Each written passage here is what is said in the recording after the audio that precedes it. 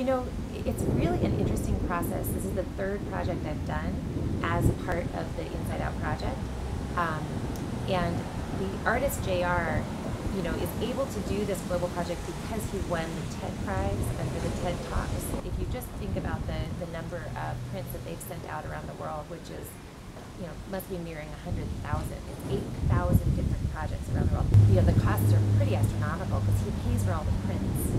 But you definitely feel the support. You definitely, you know, they check in with you. You know, your prints are being printed. We're going to be mailing them out. Do you need help with learning how to do the paste?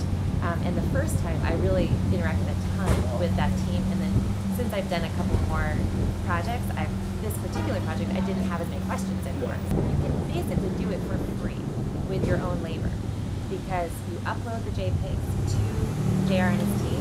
They print them out, and you get this giant roll of prints. So when you decide to do a project, you do have to, as a group, decide what is it that we believe in. So when you decide as a group that you're going to apply, you have to find a statement. These are all small groups of community groups that are doing the project, and so as they figure out what it is that they believe in, so they're by default social justice issues for the most part. For the library, what they decided that they really wanted to state is a quote from an article that is known within library circles. The article is by a woman named Bella Bathurst, who writes for the Guardian UK newspaper.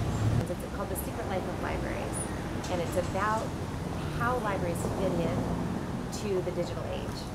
You know, what does it mean to have a library? You know, if a lot of our books are digitally accessed, you know, what is this public free resource that we've all decided and we all own? What is it? And what the article ends with a quote about, basically it says the library's greatest asset is the conversations that it provides. So the conversations between books and readers, children and parents, you know, content and readers.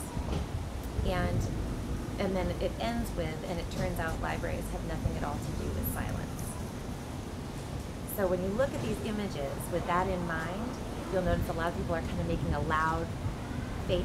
They're screaming, or they're kind of making just a loud expression. And the idea was to really challenge